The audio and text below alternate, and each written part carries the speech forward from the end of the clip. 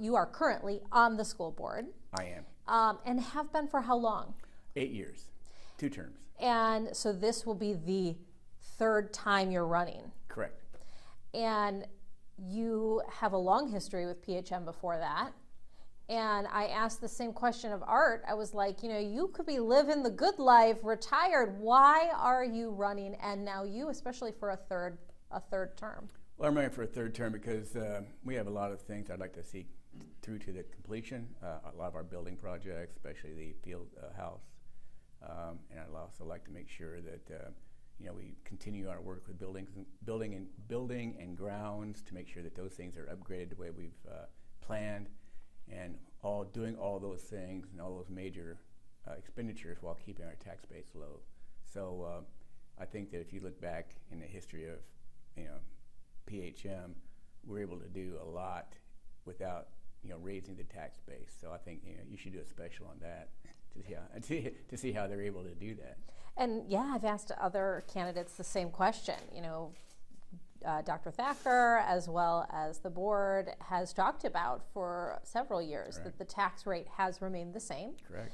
Lowest in the area. Yeah, and PHM is still able to make all these major improvements and investments and build things. How is that possible?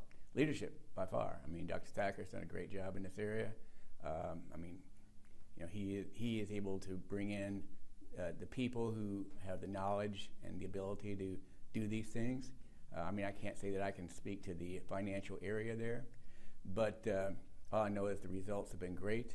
Dr. Thacker's been a great leader in this area, and I would like to stay on and continue our impetus there to make sure it goes through to the completion. And then I don't want to just stop with the field house. I want to make sure that all the other things are done as well. We still have things to do, upgrade some areas, you know, probably more field turf and some maybe even middle schools and elementary schools, because you know, field turf is a great thing to have. It makes you able to do, gives you the ability to do things year round instead of just certain times of the year. So the more the merrier, the more the better on the field turf and the upgrades we can get done with our facilities. One of the things, well, a lot of schools throughout the area have had to ask voters for a referendum. You know, as a board member, you would be responsible for essentially deciding as a board whether or not that would be something PHM would have to do. Could that be in the future? I mean, to do some of these big projects? Well, I would never say never to anything, but a referendum is not in the future planning for PHM. That's one of the things, again, Dr. Thacker is totally against, is doing referendums, and I believe that everyone on the board would support him on that. So whatever we do, we'll make it work. I want to ask you about the board as it is right now. You know, you've been on the board for a significant period of time. How do you think board meetings go? How do you think they're run? Is the district transparent? Do you feel like the board has been transparent? I believe that the boards, the meetings are run very in a very organized manner. We have an agenda that we follow every week, or every meeting we follow the same procedures. You know, we open the meeting, then we have our different things that go through. We follow Robert's Rules of Order, and it always goes through the same exact process. At the end, there's always a time for patrons to speak, and then there's a time for the school board members to speak. As far as transparency, I believe that you can always be more transparent, of course. I believe that one thing that should always be available is that when parents have questions, they should be able to get the answers to those questions without a long delay. I think that's, you know, speaks to transparency. And then even if we don't answer them right away, they also have the FOIA request route that they can go to get the information that they want if they are not able to get it directly from a school board member or the superintendent or one of his cabinet members. Excuse me. You've been on the board for a long time, so you know that I would say for the past few years at least, some board meetings have been, you know, contentious, I think, with members of the public feeling unhappy or, you know, disagreements on the board itself. How do you feel about those kinds of things? Do you feel like the public is getting its voices heard, and Well, that the board is listening? I know that I listen, and I believe that other board members listen as well. But when parents are upset, if they do not get their information that they want in a timely fashion, if they feel like they've gone through the process, I mean, this is another issue. When you have a problem, you don't go directly to the superintendent. You should go through the steps, the chain of command, so to speak. You go to maybe the teacher first, and the principal, then after that, then you go to the superintendent. And if you've gone that far and you still are not getting the answers that you want, then I can understand how people might be a little upset. Now, everybody has a different way of expressing themselves, but I think the frustration comes out when you're not being heard, or you feel like you're not being heard. So I think that being transparent on our part, answering the questions as best we can, as soon as we can, and we'll do a lot to assuage some of those, tense moments. I think very few parents care about what happens at a school board, right? As long as your schools are running, as long as their kids are safe, they're learning, right? Very few people are like, how is this school board meeting being run? But that brings up an issue, though. School safety is top of mind for most parents. When I put my kid on that bus in the morning, are they going to come off in the afternoon safe? Is PHM doing enough? Is there any change you would like to see? Well, you can never do enough, period. But let's just say that PHM does more probably than anyone else anywhere around. We are ranked 6th in the nation as far as safe schools go, because we have what's called a three-tiered effect, or a project as far as safety, a three-tiered method, and it makes it very difficult for someone to get into our schools.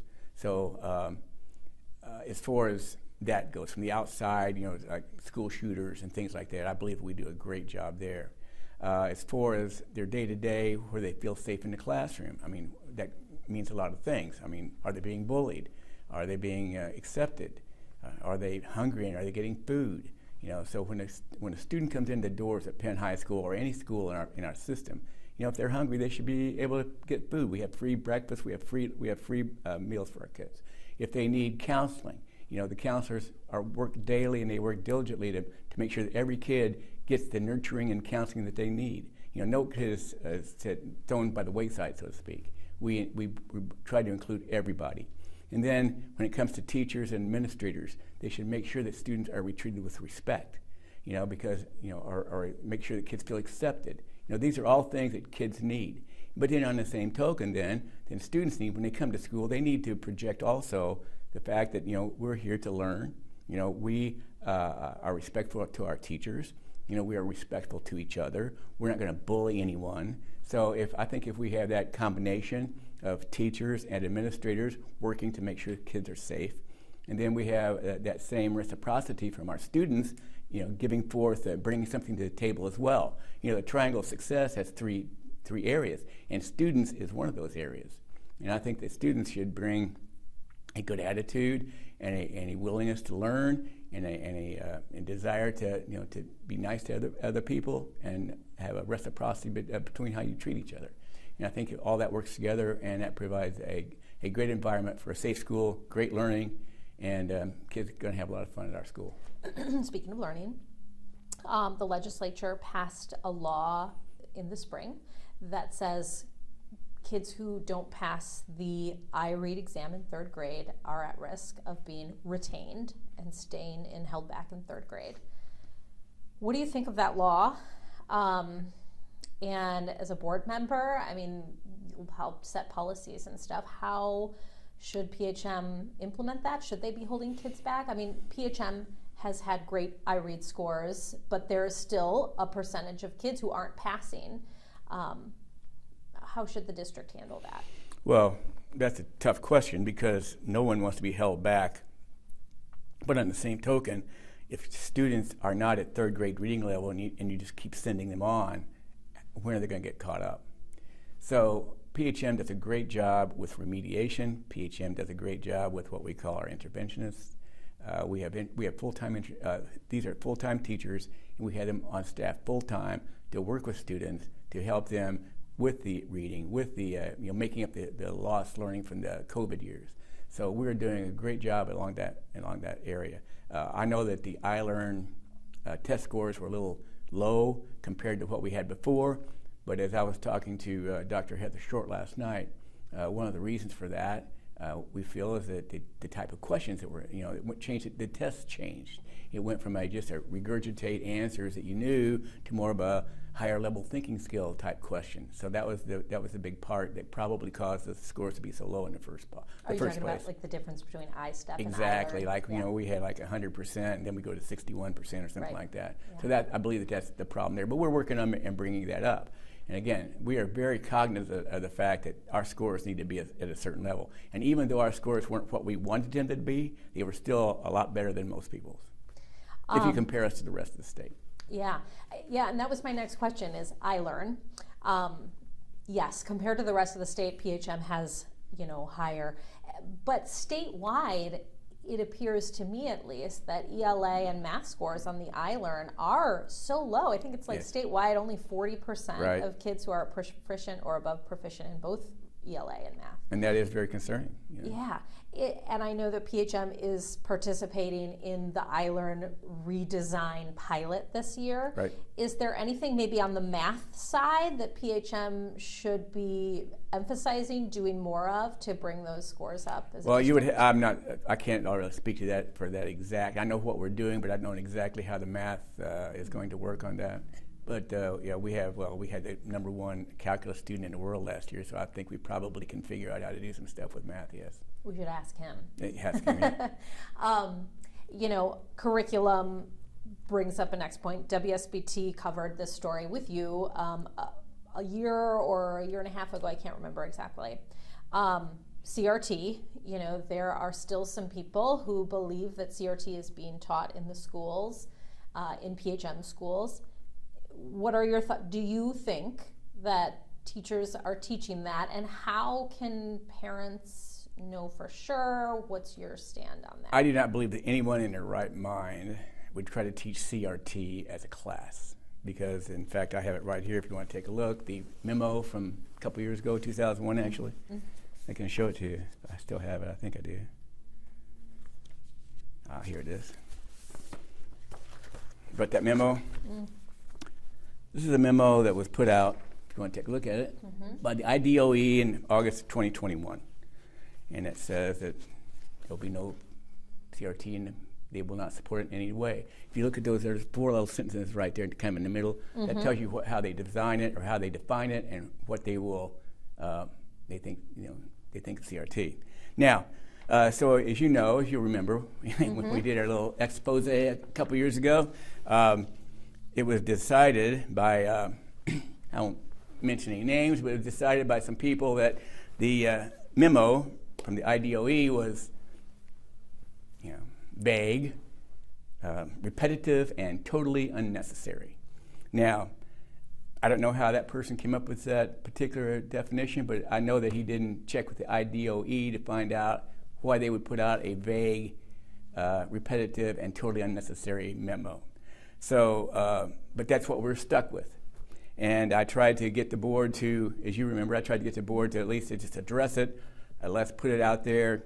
My view is that if we have a rule about it one way or the other, then it makes teachers safe, because it's like anything else. You may not have ever had a tardy student in your life, but you still have a rule against tardies. You see what I'm saying? So that's all I'm saying. We set the standard. We know what the standards are. Then everybody can operate within those standards. Now, even though I did not get any results with the board, in February of 2023, Dr. Thacker put out a memo.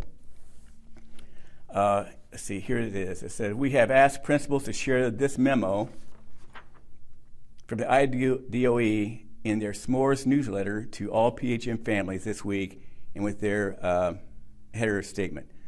And so that from now on, according to Dr. Thacker, this memo is going to be the standard that we use in PHM for anyone trying to teach or advocate for CRT in our classrooms. Are you satisfied with that? Yes, I am. I would love to have had it go a little bit farther to make it official, but even though the board didn't quite agree with me on this, Dr. Thacker did. So I'll take that as a victory. Along the lines of another difficult topic, there was some allegations against a current sitting board member a few months ago. The board held a special meeting, and those in attendance, which I do not believe you were in attendance at that board meeting. That's correct. I was not there. Those in attendance voted to pass a resolution to ask for the resignation of this board member. What are your thoughts on how that unfolded? If you had been there, what way would you? Well, I was not there intentionally, and I talked to Dr. Thacker about it, and I also talked to the board member about it and told him why I wasn't going to be there. And I talked to Dr. Thacker, and I said very specifically, first of all, people are asking questions about what's going on, why aren't we doing something? And I told Dr. Thacker, well, what can we do legally? That's what you tell them. What can we do legally? And there's not much you can do legally. He's an elected member. He's not been convicted of any crime, okay? So you can say, well, there are a lot of allegations. And this is if you ever looked at the memorandum that was passed? Have I personally? Have you seen it? Well, everything, okay, first of all, in the United States of America, you're innocent until proven guilty, right? Now this memorandum, and I'm not saying that I'm trying to advocate or did I say it's okay that things that were, accused, But I did not agree with the process because there was no admission of guilt, there was no proof of guilt, and every one of the things that was mentioned on the memorandum was alleged. This alleged this, alleged that, alleged. Nothing was ever said that he actually did, all right? And Mr. Chaffee, I talked to him about it. I asked him why he hadn't come forward to defend himself, and he has lawyered up. There's a situation going on that he didn't want to talk about, which is his right, okay? And he has lawyered up. His lawyers have said, do not say anything to anyone. So if you hired a lawyer and the lawyer said, don't say anything to anyone, what would you do, okay? So I cannot blame him for not, I wish he would. It would make things easier for him, probably. Maybe, I don't know about him, but it would make it easier for the board and the people to maybe get around this situation. But he has the right to do what his lawyers have told him to do. So I felt like that because there was no admission of guilt, no proof of guilt, and that he had lawyered up and was following his lawyer's instructions, I didn't feel like I could, I didn't want to be there to muddy the waters, so to speak. So I told Dr. Thacker I was going to withdraw from that meeting, and I'd also told the board member I was going to withdraw from that meeting, and they were both okay with it. You've been on the board for a long time. Yes. People know to reach out to you, community members, taxpayers, teachers, families.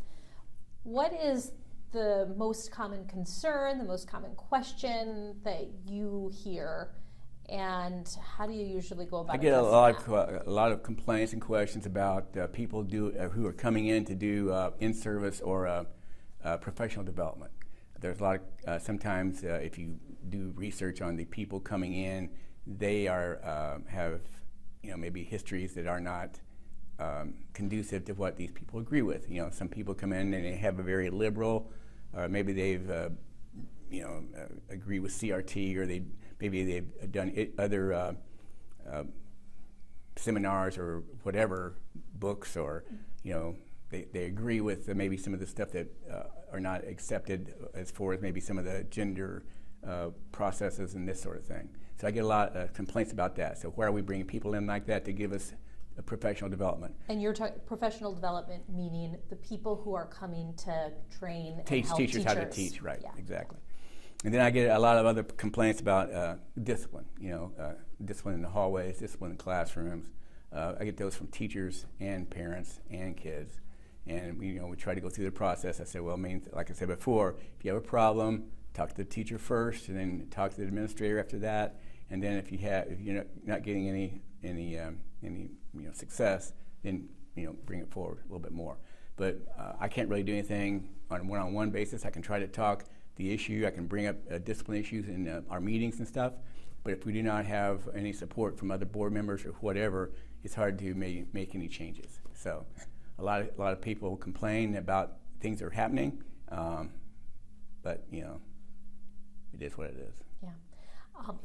You had mentioned in the beginning that you want to see some projects continue. Is there anything in particular that you would like to see happen at PHM schools in your next 4 years term? Well, like I said, I always had a vision for PHM. I had a vision for my classroom, and I was able to pretty much bring that about. I had a vision for my coaching girls golf when I took over and gave up football and took over girls golf. I had a vision for that, and I was able to bring that about. So if there's a vision for Penn High School, it's this: when you walk in the doors of Penn High School, I mean, it's a special place. And you know, no longer do you shouldn't have to deal with your whatever it is you're dealing with outside of Penn. This is Penn. You're no longer that. Now you are a Kingsman, and you behave like a Kingsman. You act like a Kingsman. You treat people like a Kingsman. That's my vision for Penn High School.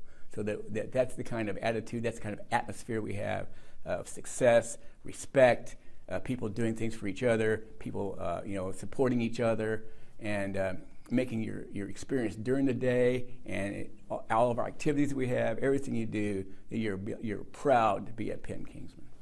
That's my vision. That's great. What is there one thing you want to leave viewers with, leave voters with, one thing you'd want to say to cap it off? Well, I'd just like to say that I've loved. I didn't want to be a teacher, but once I got a job teaching, I loved every minute of it. And I would hope that if I could leave one impression, is that I've enjoyed every minute of being a teacher. I cannot ever remember having a bad day in the classroom or a bad day on coaching. It's all been great. And if everyone could have as much fun and be as successful as I've been, I think that they would have a very great career. I'm John Paul. Thanks for watching. Here's another video for you to watch. Also, please take a moment to subscribe to our channel.